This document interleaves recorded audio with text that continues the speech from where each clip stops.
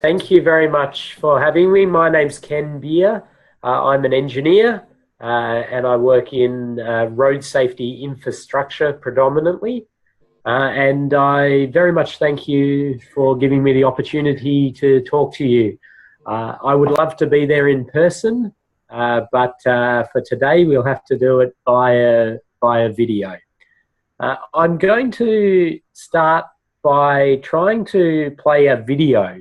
Now, hopefully this will work with the technology. If it doesn't, it's okay. I'll talk to you about the video shortly. But hopefully the video will work. I'm gonna play this. So last year, 252 people died on our roads. What do you think would be a more acceptable number? Acceptable? 70 maybe? Probably 70. Can you sound 70? Actually, this is what 70 people looks like.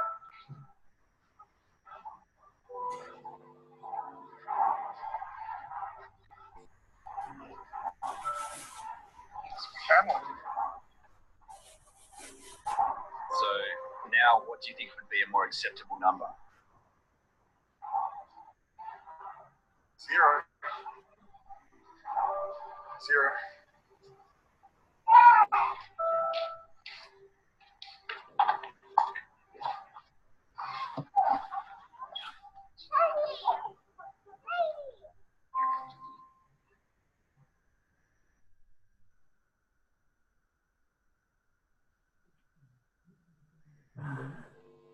Okay. I just want to confirm that the video played. Did you manage to hear that? Yes, sir, we saw the video. Okay, good. Thank you. I just want to explain why that video was produced in Victoria. And this is very much our towards zero vision and trying to get the community on board to understand that road safety is a community issue. And from myself as an engineer, we've had a long history of believing that road trauma has been something that the bad drivers are causing or the people not following the rules are causing. And those are certainly very important things for us to work on. But fundamentally, we need to understand that people will make mistakes and it can impact on our own family and our community. I'll talk a bit more about this because this is very much embedded in the safe system philosophy, which is what Victoria has committed to and Australia has committed to. The graph I've got up on the screen at the moment shows the road fatalities in Victoria since the 1970s. And so you can see there that our road fatalities have gone from 1,000, bit over 1,100 per year and dropped down, and we're well below 300 per year now and targeting down to under 200 in our current strategy. But you can see that this has been a very concerted effort and utilising many different road safety countermeasures. And you can see some big ones in there, including the use of seatbelts, random breath testing, mobile speed cameras. But also within there are the major infrastructure investments that are occurring on our roads and have been since the early 1990s, and many other things within there, which I'll briefly talk about. And I'm very fortunate that the two colleagues I have presenting after me are absolute world experts in some of these areas. So I am able to very briefly touch on those and let the two gentlemen after me expand on them further. In terms of worldwide rates of fatalities, Victoria is amongst the world leaders behind some of the the countries like the Netherlands and Sweden and the UK. That's if we do it either by any of these measures, which is fatalities per 100,000 population, or per registered vehicle, or per 100 million VKTs, which is vehicle kilometres travelled. If I then put fatalities per 100,000 population for all countries, you can see there that we're at about 4.8 fatalities per 100,000 in Victoria. The rest of Australia is a little bit above that. And then obviously a lot of countries around the world are quite high. But one thing I do always remind people in our road safety work, that it's not all about fatalities. And we have a very strong focus on serious injury reduction as well. But getting the measures for serious injury reduction can be a very difficult exercise. As Muruga mentioned, we are following a road safety strategy at the moment titled Towards Zero. And that is our aim. Our aim is for 0 fatalities and serious injuries in the long term. And we see this as the only ethical goal we could possibly have. It is unacceptable for us to aim at any number except for 0. But we're practical in the fact that this has to be done in incremental steps. And our first step is to get under 200 fatalities in our state, and we're working towards that. We follow the safe system approach, and the safe system is the foundation of Towards Zero. And the safe system, it may have been spoken about already in the conference, I'm not sure, but I will just repeat some of the key important things of the safe system. The safe system aims for 0 death and serious injury. The safe system acknowledges that people will make mistakes. It says they should not pay for those mistakes with their life or with lifelong debilitating injury. And we understand that the human body is vulnerable, and there's only a certain amount of force that we can handle before we break. And that energy management is crucial to the safe system. And we say we have a shared responsibility. The road user has a responsibility, but also the system designers have a responsibility. And that's all of us that work on building a road network, managing a road network, enforcing a road network, or helping the people who use that road network.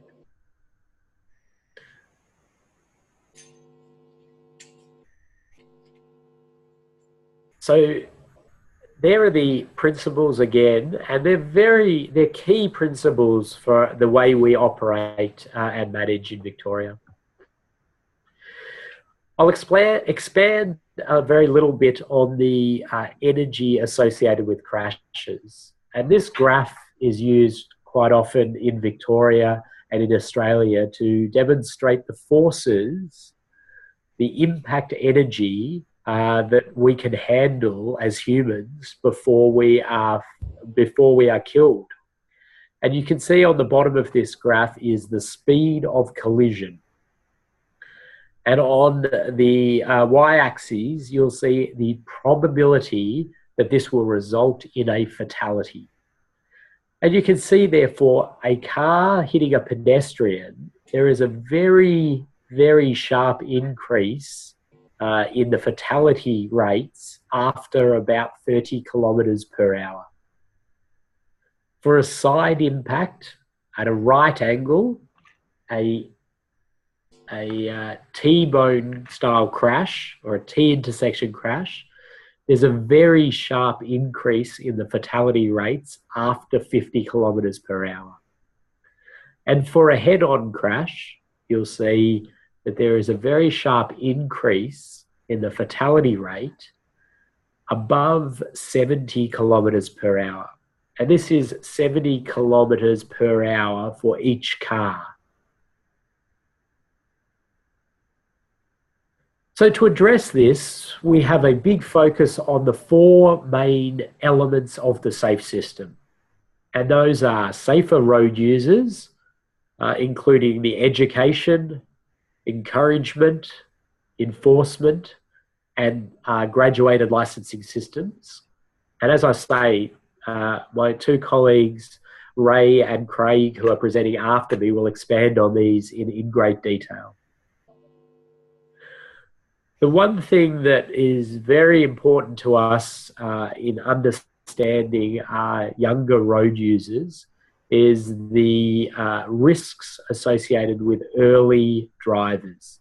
And this graph shows our learner drivers, which is the yellow L plate there.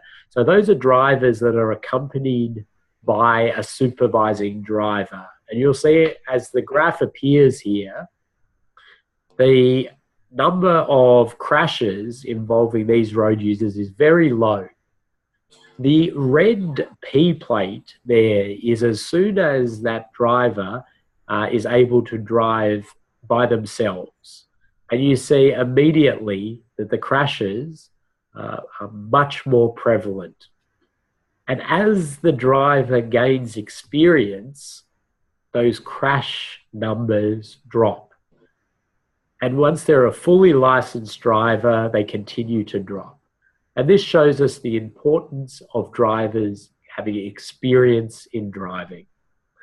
And so what we look to do is enforce measures on our highest risk drivers to reduce their risks. There are many different enforcement regimes. And as I said, I'm going to leave this to the absolute world expert in this, Ray Shuey, who will be presenting after me.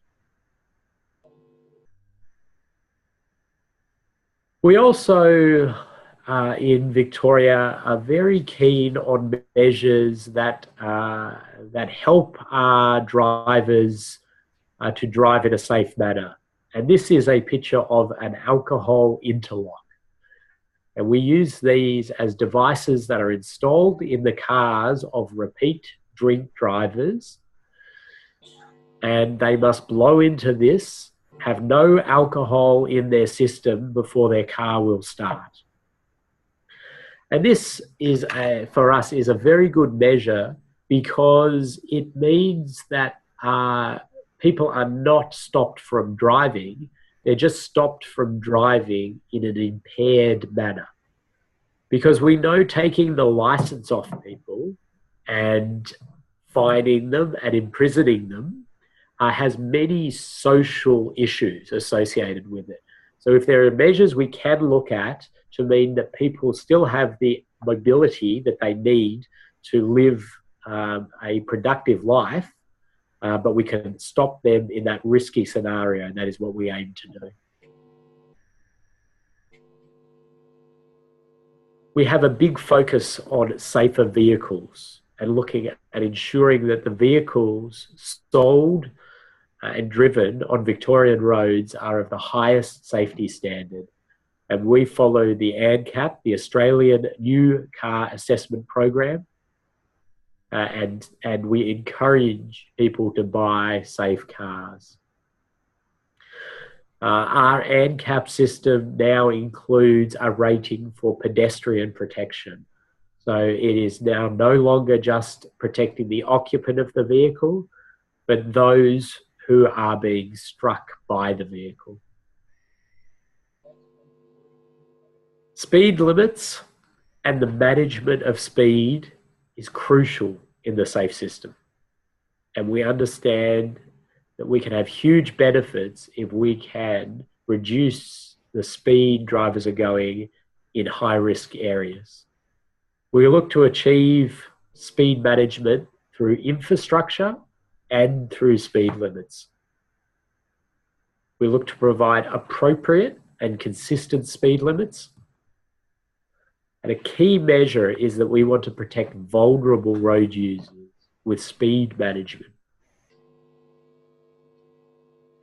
We utilize electronic variable speed limits, which change depending on the level of activity and the level of risk in an area. And this is a photo of one of our electronic speed limit signs that will change depending on the activity in this area. And for those who are interested in the physics behind speed management, I put this graph up to show that there is a second power relationship between all injuries and speed, the speed of the crash. There's a third power relationship when you look at that at serious injuries.